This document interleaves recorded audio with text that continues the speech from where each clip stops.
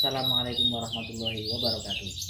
Jumpa lagi dalam channel Sapa Kebon. Sobat semuanya, dulurku sekalian, pada video kali ini saya akan membagikan beberapa cuplikan tentang pembuatan rak kandang ternak ya. Seperti teman-teman lihat di belakang saya, kemarin saya baru membuat sendiri kandang rak untuk kandang ternak. Nah, ini dalam skala yang kecil tentunya. Saya membuat dengan bahan-bahan kayu agar dimaksudkan budgetnya yang kita keluarkan hanya minimal sedikit sekali. Mohon maaf teman-teman, masa berisik ya, ini lagi gacor sekali minta kawin. Oke. Jadi bahan-bahannya saya menggunakan tulangan dari kayu. Kayunya pun cukup kayu yang reng ya, yang kecil saja, ukuran 4 kali 2 meter, 4 kali 2 cm ketebalannya, kemudian panjangnya sekitar 2 meteran. Kemudian untuk papannya saya menggunakan papan dari Cal Support atau GRC ya, mungkin ya teman-teman ya. Kalau di toko material ada GRC atau Cal Support. Nah, ini memang saya menggunakan tenaga sendiri, saya tidak menggunakan jasa tukang karena yaitu tadi untuk meminimalisir budget serta untuk kegiatan saya sendiri di waktu luang atau di waktu libur. Nah, seperti apa cara pembuatannya? Mungkin teman-teman yang akan membuat rak untuk kandang ternak yang skala kecil bisa menjadi sumber inspirasi ya untuk budgetnya. Oke, kita simak video berikutnya. Ya, ini merupakan rak untuk kandang kenari ternak yang kemarin saya buat sendiri dengan tangan sendiri. Kebetulan koleksi saya sudah mulai banyak ya, mayoritas dari ternakan sendiri. Ini saya menggunakan kayunya kayu jati Belanda, tapi cukup ukuran reng saja, ketebalan kira-kira 4 cm. Kemudian yang ini sekitar 2 cm, jadi 4 kali 2 cm, kemudian panjangnya sekitar 2 meter. Oke, untuk alat-alat yang kita butuhkan, alat-alat dan bahan, kita bisa menggunakan kayu itu, kayu reng ya, ukuran 4 kali 2 cm dengan panjang 2 meteran.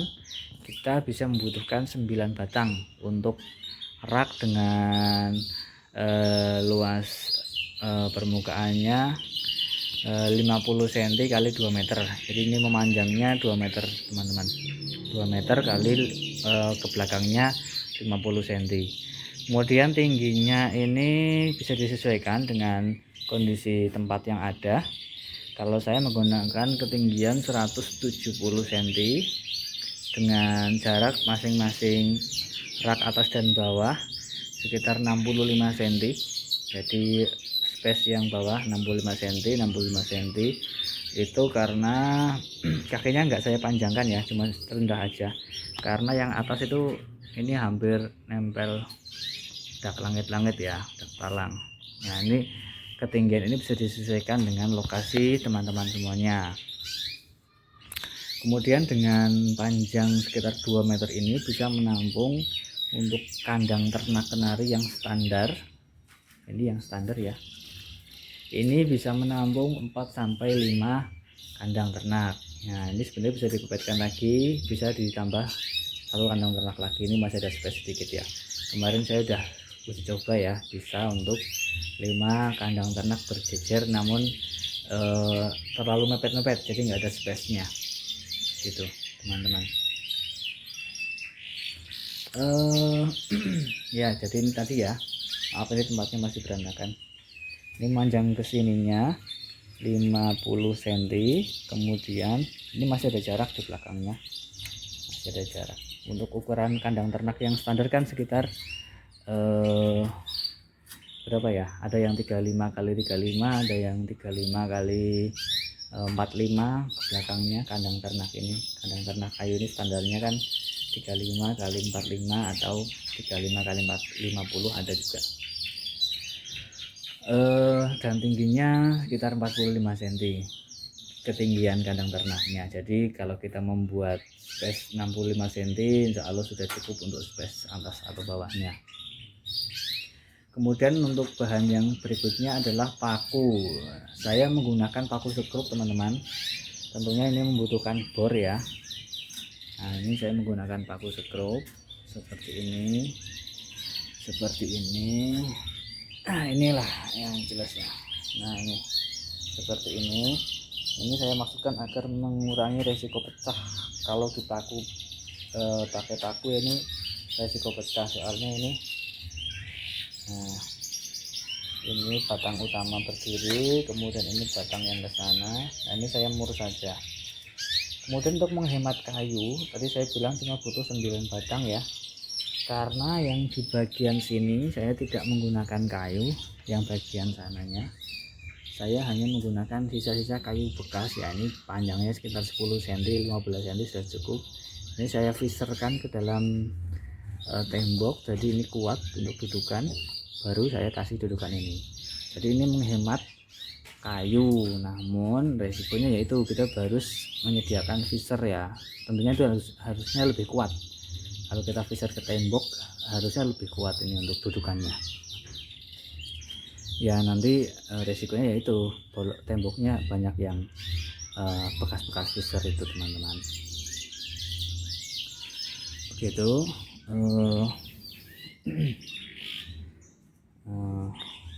Kemudian papannya ini saya menggunakan papan karosi board atau GRC ya, biasanya dikenal GRC. Saya membutuhkan satu lembar ukuran 1 kali 1 meter, kemudian satu lembar ukuran yang besar, yang standar itu 122 kali 240. Itu membutuhkan satu lembar. Tentunya masih ada sisa-sisa yang enggak terpakai, sisa sedikit, hanya berapa sentiran gitu. Kemudian setelah bahan kita ke bahan berikutnya, yaitu paku yang tidak kalah pentingnya. Itu tadi ya, saya menggunakan ini paku lir ya, paku lir atau paut atau mur ya teman-teman nyebutnya ya. Ini yang panjang ini kita gunakan untuk dudukan. Nah, dudukan seperti ini agar bisa kita fiser ke dalam tembok. Nah jadi kita bor dulu temboknya pakai bor, ini mata bornya ukuran 5 mili, pakai 4 mili bisa, 5 mili bisa, nanti tinggal kita besarkan aja lubangnya. Kemudian fisernya kita masukkan ke dalam tembok. Setelah dimasukkan ke dalam tembok, baru kita ngebor kayunya dan pakunya ini dimasukkan ke dalam kayu dulu, baru kita masukkan ke dalam fiser. Nah kita bisa kencangkan dengan menggunakan obeng ini, obeng, atau bisa juga mata obeng yang ada di bor itu juga bisa, biar otomatis. Kemudian untuk alat lain kita bisa menggunakan ya ini tadi bor ya, untuk ngebor lubangi kayu-kayu dan tembok. Kemudian ini gergaji kayu, saya beli di online shop ya, murah ya. Harganya kemarin sekitar 25.000 ya, menurut saya worth it sih, terjangkau. Bahan stainless ya, bisa dipakai lagi, nanti tentunya harus diasah lagi kalau mau dipakai lagi. Ini untuk menggergaji kayu jati, kuat juga. Bentuknya yang menurut saya ramping, ini cocok untuk memotong-motong bagian-bagian kecil dari kayu agar memudahkan kita di bagian lekukan. Kemudian palu juga kita membutuhkan sedikit-sedikit ya, untuk menandai beberapa lokasi di tembok, yaitu penggaris siku kalau bisa, penggaris siku. Kemudian meterannya berfungsi sekali untuk mengukur panjang dari si kayu itu yang akan kita potong. Setelah menentukan kayu yang akan kita gunakan, kita langsung ukur saja menggunakan meteran, lalu kita tandai dengan menggunakan ballpoint ataupun pensil. Pertama-tama yang saya pilih adalah kayu yang akan kita gunakan untuk batang yang berdiri yang panjang. Setelah kita tentukan, kemudian kita tentukan batang yang memanjang yang melebar itu, yang 2 meter itu. Kita tentukan yang paling lurus yang untuk memanjang yang 2 meter itu, teman-teman. Kemudian setelah kita ukur dan kita tandai dengan menggunakan ballpoint ataupun pensil, kita berikan garis bantuan dengan menggunakan penggaris siku. Hal ini untuk mempermudah kita saat pemotongan kayu dengan menggunakan gergaji kayu. Ini pada batang yang berdiri kita berikan beberapa cekungan agar nanti batang-batang pendek yang penyangga itu tidak bergeser ke atas bawah ya, jadi lebih presisi, harapannya seperti itu. Jadi bagian atas ya nanti ini bisa untuk dudukan bagian atas dan bagian tengah. Bagian tengah kita buat cekungan seperti ini, dan cara membuatnya cekungan seperti ini kita ukur dulu. Nanti ini sesuai dengan jarak tadi ya, 65 cm sesuai dengan ketinggian kandang ternak yang standar. Setelah kita tandai, kita bisa berikan garis bantuan ya, agar nanti mempermudah kita. Setelah diberikan garis untuk lokasi yang akan kita buang, yaitu bagian cowakannya ya, bagian cowakan yang kita buang, kita gergaji dulu. Jadi sepanjang cowakan yang akan kita buang, kita berikan garis gergaji gitu, yang banyak, yang rapat. Hasilnya seperti ini.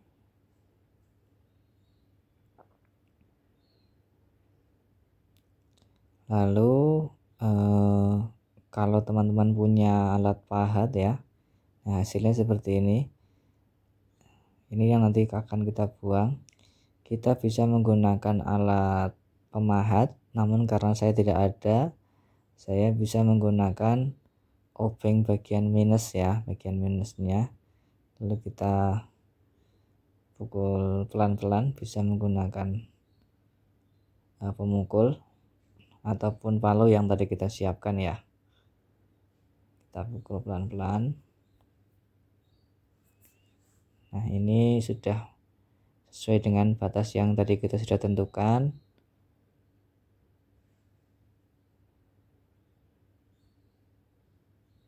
Setelah beberapa bagian utamanya sudah kita buang, bagian coakan tadi, nanti kita bisa ratakan bagian yang belum rata, bagian dalam yang belum rata, kita bisa ratakan dengan menggunakan gergaji kayu. Ini kebetulan gergaji yang ramping sesuai dengan kebutuhan. Kita rapikan sampai kira-kira rata dan bisa untuk dudukan kayunya nanti.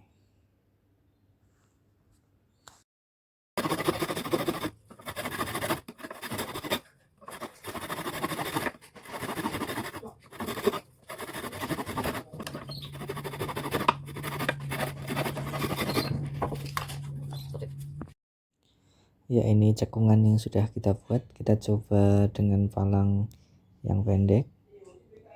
Jadi nanti kita tinggal masukkan seperti ini ya, diusahakan ini yang presisi ya. Kalau nggak presisi pun nanti bisa kita kencangkan dengan menggunakan paku sekrup ya, nggak masalah. Nah, ini batang yang berdiri beserta palangnya ada 3 ya, palang bagian bawah, tengah, dan paling atas. Tentunya sudah kita bor dulu. Sudah kita bor dengan menggunakan mata bor yang lebih kecil daripada pakunya tentunya. Dan kedalamannya pun tidak perlu dalam-dalam ya. Jadi nanti biar ada saat kita memutar sekrup itu biar lebih terasa kencang dan kuat.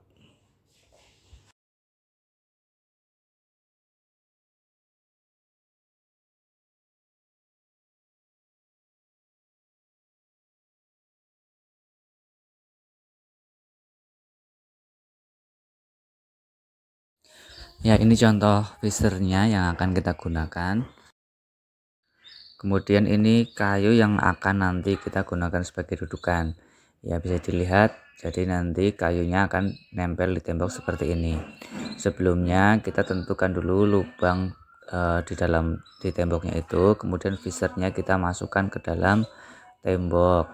Selanjutnya kayu yang sudah dilubangi dengan bor itu kita pasang paku sekrupnya, lalu paku sekrup kita kencangkan ke dalam visor dengan menggunakan obeng. Ilustrasinya akan seperti ini. Jadi visornya itu di dalam tembok, lalu kita kencangkan, maka visornya akan melebar ya, atau jadi kencang lah pokoknya begitu. Jadi seharusnya ini akan lebih kuat dan lebih presisi ketika nanti akan dilakukan, karena ini paten ya, jadi dipatenkan ke dalam tembok. Nah, nanti ketika sisa kayu itu sudah terpasang di tembok, sudah kuat, kita tinggal tempelkan ini batang yang berdiri. Kita tempelkan, kita sudah lubangi dulu batang yang memanjang ke belakang itu. Kita sudah lubangi dengan bor dulu untuk mengurangi resiko pecah. Kemudian tinggal kita sekrup saja di titik atau di lubang yang sudah kita tentukan. Ini progres di setengah hari yang pertama. Ini zuhur ya, saya istirahat dulu. Jadi kita fokus dulu di batang yang berdiri dan penyangga yang pendek-pendek ini dulu, yang 50 cm. Setelah ini sudah terpasang dua penyangga itu, penyangga berdiri dua itu kanan dan kiri, baru kita pasang batang yang memanjang yang 2 meteran. Setelah batang yang memanjang 2 meter terpasang, nanti kita baru tentukan palang-palang yang panjangnya 50 cm. Kita bisa menambahkan beberapa palang, bisa menambahkan 2 lagi atau 3 lagi tergantung beban yang akan kita perhitungkan nantinya. Kalau saya misalnya nanti akan menggunakan kandang ternak kayu, jadi cukup dengan menambahkan 2 palang lagi, insya Allah sudah kuat. Namun mungkin akan berbeda jika akan menggunakan kandang yang besi ya, bahan besi. Tentunya harus banyak palangnya agar lebih kuat lagi.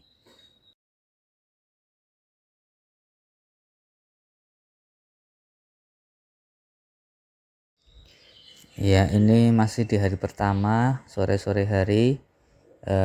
Saya kira mau cukupkan dulu. Ini sudah terlihat ya teman-teman. Jadi yang bagian shaft kedua dan shaft ketiga yang paling atas saya cuma menambahkan 2 palang saja, karena nantinya akan menggunakan kandang kayu saja yang agak ringan. Dan ini dudukannya yang tadi kita katakan menggunakan visor ini kuat ya, kuat, nggak akan goyah. Untuk ketinggian dari kanan ke kiri saya menggunakan bantuan benang, dimaksudkan agar ketinggiannya rata-rata air, jadi tidak jomplang. Ya, ini dudukannya kuat sekali. Kita visor menggunakan 2 baut. Kemudian kita sekrupkan bagian atas dan dudukannya itu yang menggunakan kayu sisa. Ini sangat efektif dan menghemat jumlah kayu yang kita gunakan. Namun pada shaft bagian bawah rencananya saya akan menggunakan 3 palang. Ini karena untuk menjaga-jaga kalau saya akan menggunakan kandang yang besi yang notabene lebih berat daripada kandang ternak kayu. Jadi saya tambahkan 1 palang di sini, kemudian 1 palang di sini juga. Bisa dilihat yang shaft kedua ini sudah cukup kuat sebenarnya. Ya, sudah cukup kuat ya. Namun kalau teman-teman masih kurang ragu, bisa menambahkan 1 kaki lagi di bagian tengah. Jadi di antara 1 meter itu ditambahkan 1 kaki lagi untuk membantu menopang biar tidak melengkung bagian tengahnya. Ya, kira-kira ini hasil akhirnya teman-teman. Jadi sudah 95% ya, sudah bisa difungsikan. Namun kalau memang mau dirapikan, kita bisa tambahkan dempul di sambungannya. Yang di shaft ketiga itu memang sambungan ya, karena ukurannya menggunakan 1 meteran. Yang shaft kedua dan shaft paling atas itu tidak ada sambungan karena memang panjangnya 2 meter lebih.